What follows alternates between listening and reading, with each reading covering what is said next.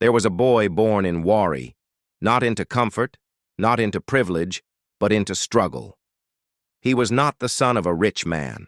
He had no connections, no shortcuts, no safety net. Just a boy, raised in a city where survival comes before dreams. In his home, hunger did not knock before entering. Some mornings, there was no food. When it rained, water found its way into the house. When the sun was hot, the heat stayed trapped inside the small room they called home.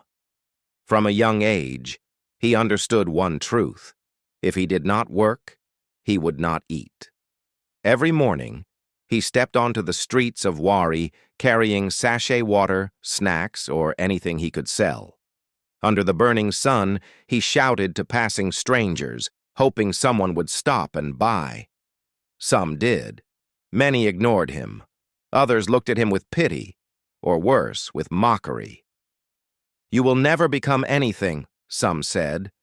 "Warri is not a place where dreams survive." He did not respond, but he remembered every word. School was a constant struggle. There were days he was sent home because his fees were incomplete. His uniform was worn out, his shoes were torn. Yet he refused to quit. Education was his only window to something better, and he held on to it with everything he had. At night, after long days of hustling, he sat quietly, staring into the darkness.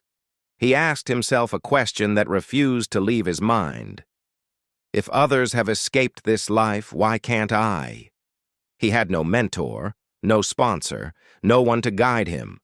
Only determination and an unshakable belief that his story would be different. Failure followed him closely. Small businesses collapsed. Promises of help turned into silence. People he trusted disappointed him. There were nights he cried alone, wondering if life had already decided his fate. Life whispered to him, "You are not enough."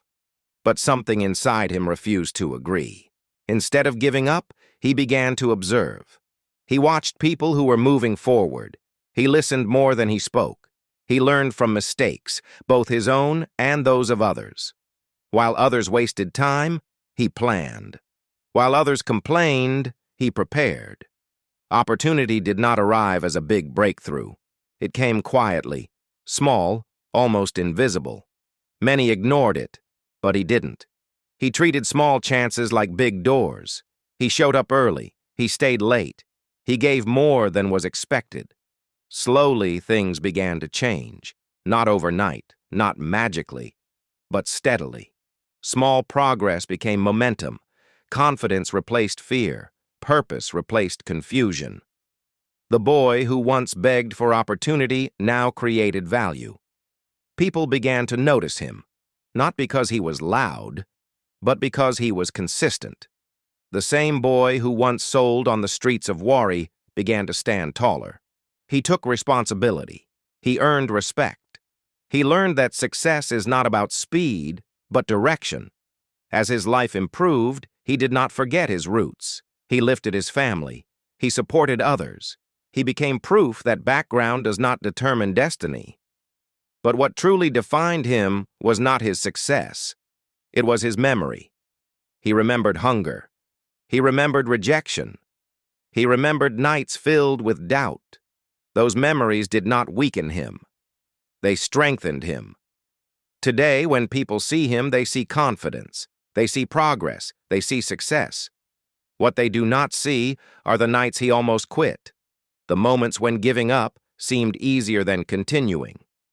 But he kept going, because he learned one powerful truth. No condition is permanent. If a boy